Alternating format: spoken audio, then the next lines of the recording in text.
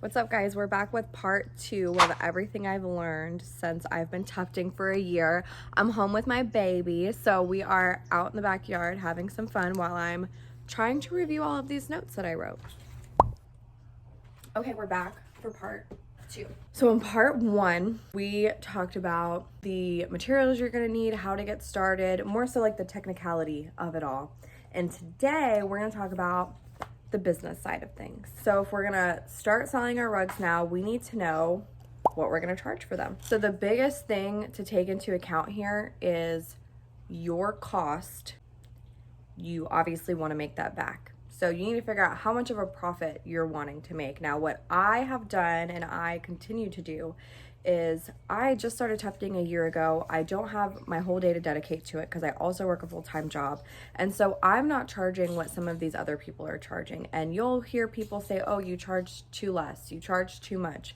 Worry about yourself and charge what you feel you're worth. Know your worth, but at the same time, don't be charging hundreds of dollars for a rug when you have not perfected the skill. And personally, I don't think there's anything wrong with working your way up to those price points. Now, how I track my cost versus my time and how much I want to charge, I can put up screenshots. I went into Canva and I made these like order forms, time, material tracking forms, and it basically is where I can put down everything that I've done, everything that I've used, how much time it's taken me, and build an invoice from there. What you'll need to figure out is for sure how much you want to charge for your time, because as we all know, time is money. So I also have a Google sheet, like an Excel spreadsheet, where I calculate like my time, what type of backing I'm using, how big it is, how much yarn I'm using,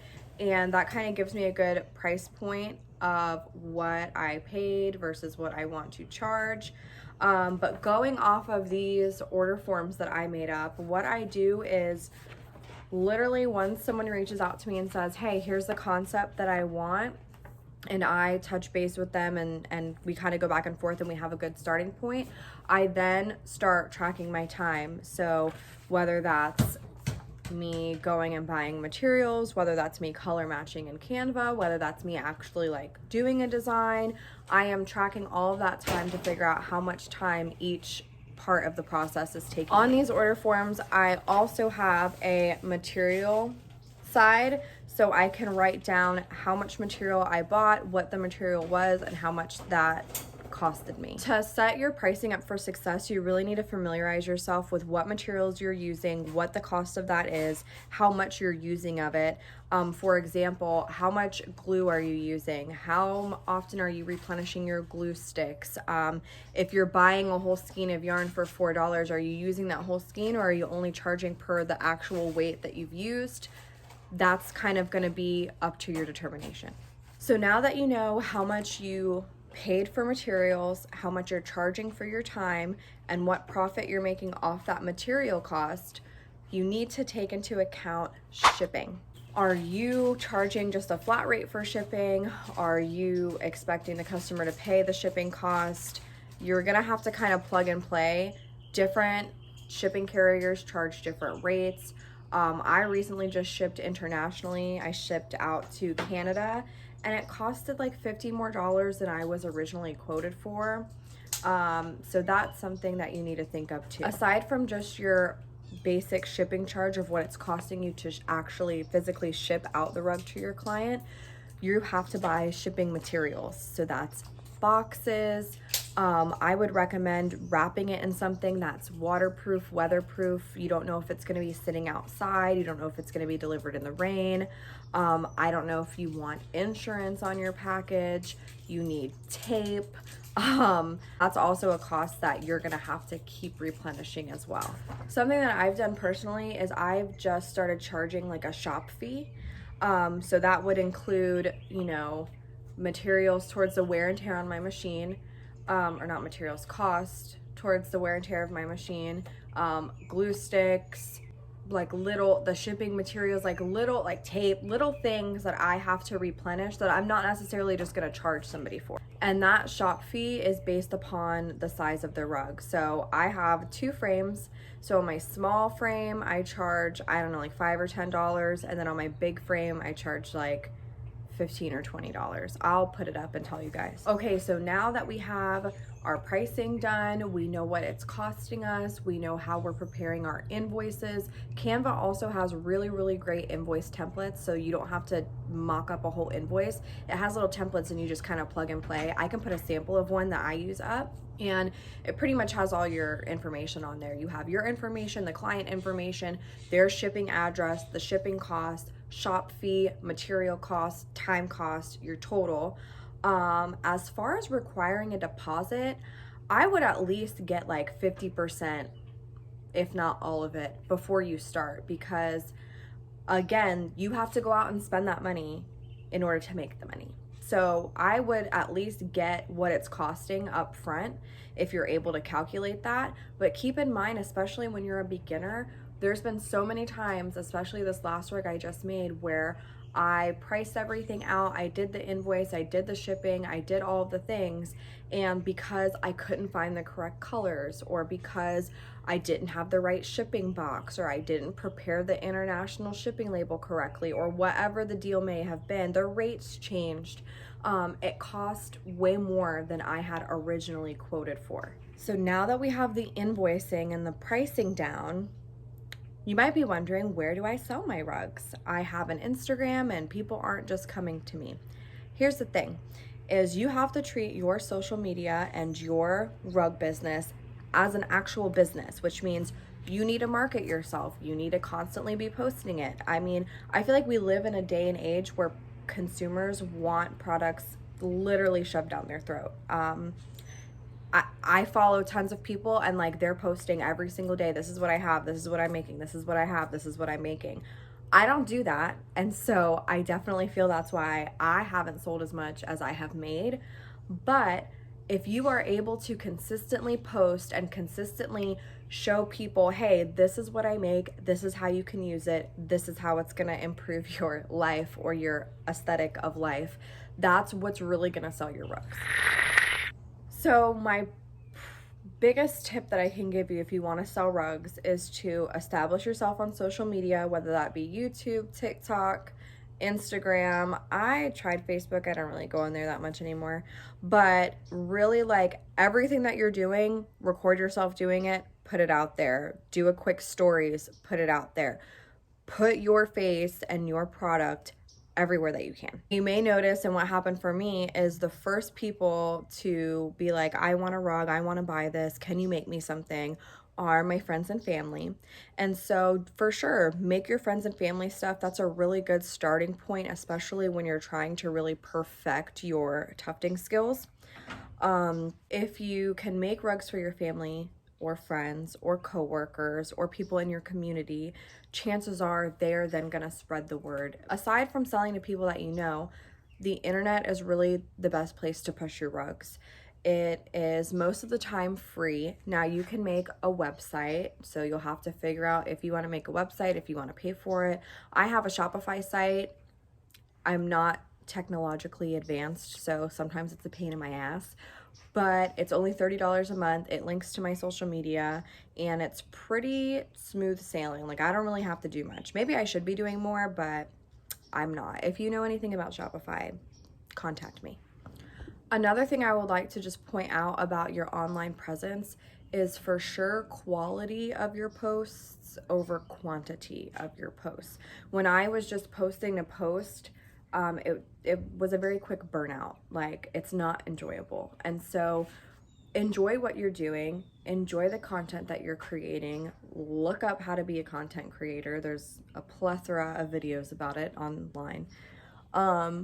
But you really kind of just have to put yourself out there and stay consistent. I've seen a lot of other tufters recommending like joining Reddit or Discord servers that have to do with what you are selling. So if you're making like 90s nostalgic rugs, like go join 90s like groups or whatever and then post your stuff there, because the people who like that stuff are already there. Or I'm going to give you the example of Sailor Moon, because I'm in a Sailor Moon group on Facebook, and if I ever make Sailor Moon rugs, like that's the first place I'm going to post. So other than like working your ins and outs of the internet, the other place that you can sell rugs is obviously in person. There are events where you can register to be a vendor and then set up your little booth and sell your rug. Now that sounds like super easy, super fun. People are gonna see my rugs and be able to touch them and feel them and see them, you know, in use. So that's gonna get me more sales. That's true, but also you should familiarize yourself with the requirements to become a vendor at some of these places. So aside from the fact that you have to have a table, a booth, some people require like certain colors or certain types of tents, certain signage. One of the requirements I found at almost every single like craft fair, craft market in my local area, Florida, was you had to have business insurance or liability insurance, and in order to get that you have to have a business license. And so it can get pretty like legit with the things that you have to do and the requirements that some of these places hold. I do not have my business registered as a legit business. I do not have business insurance. I do not have any of those things. So when I make it to that point, you know, I'll keep you guys in the loop and let you know everything I had to do. So one of the things that I started doing in order to be able to just find these like craft fairs and little markets that are going on in my local community was I followed vendors that were at like one that I was able to find on Google. And they are always posting like, hey, this is where I'm gonna be. This girl. So I would follow these people on Instagram, and they are always posting like, this is where I'm gonna be next. Here are the upcoming markets that you can find my booth at. They also are posting like their booths, what they look like, the things that they're, you know, sending their product home in, to kind of give you an idea of what you're gonna need and what like the vibe of that particular market is. Another thing to take into consideration, regardless of whether you're selling online or in person, is you may want to include like some, I don't know if I want to call it stationary objects, but like a business card, a care card, like how do people take care of this product? What's the life expectancy on the product? How can they get in contact with you if they need to order more or if they have a question or concern?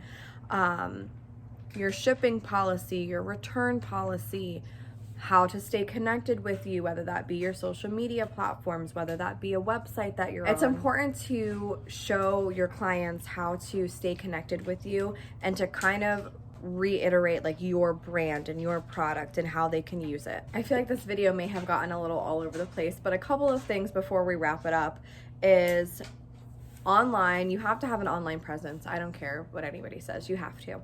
And in order to do that, you should probably figure out how to take good product photos. And good product photos, from what I have researched, are good lighting, not too crazy, like don't put too much shit in there, and to show how your product is being used. So instead of just taking a photo on a blank white background, I mean, you should definitely do that because it's aesthetically pleasing and it makes for a good catalog. But like specifically on Instagram, like your Instagram ads or sponsored posts where like you're tagging your products for people to buy, it should be a photo that's gonna show how to use that product. Another tip that I've learned from just watching other rug tufters are to reach out to people and be like, hey man, I like your page, I like what you do, I like the word that you spread. Can I make you a rug and you put this up on your page? Because then those people's followers, who I assume would be like-minded individuals to who you want your client to be if you really like that brand, are gonna be like, wow, that's a cool rug, I'm gonna go follow that person, or I want that. And maybe it would open the door for you like collaborating with them. Another thing that I have thought about doing but I have not done yet is to ask to partner with like a graphic designer. I know I struggle with designs. I don't want to just consistently find other people's work off Pinterest and remake that and then sell it and keep the money. So I think it would be a good idea eventually in my journey to reach out and say, hey, like anybody who does graphic design work, I would like to partner with you. Here are like my mission statement or my morals, or this is what my brand represents, if you also, you know, categorize yourself into that category, whatever, y'all know what I'm trying to say. If that aligns with your goals and principles, I'd like to work with you. Send me your portfolio, and then you can kind of work with a graphic designer, which would alleviate the pressures of coming up with designs yourself.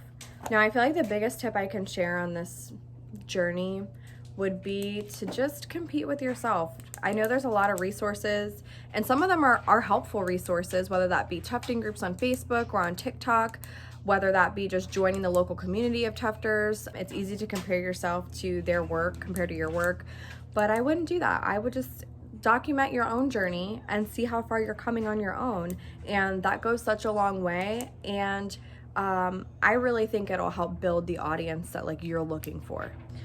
In order to build an audience, you have to stay consistent, and it takes a lot of time, and it's, you know, trial and error, honestly. I'm happy that I've stuck with it for over a year at this point now. I'm excited to see what I learn in this year and how far I come.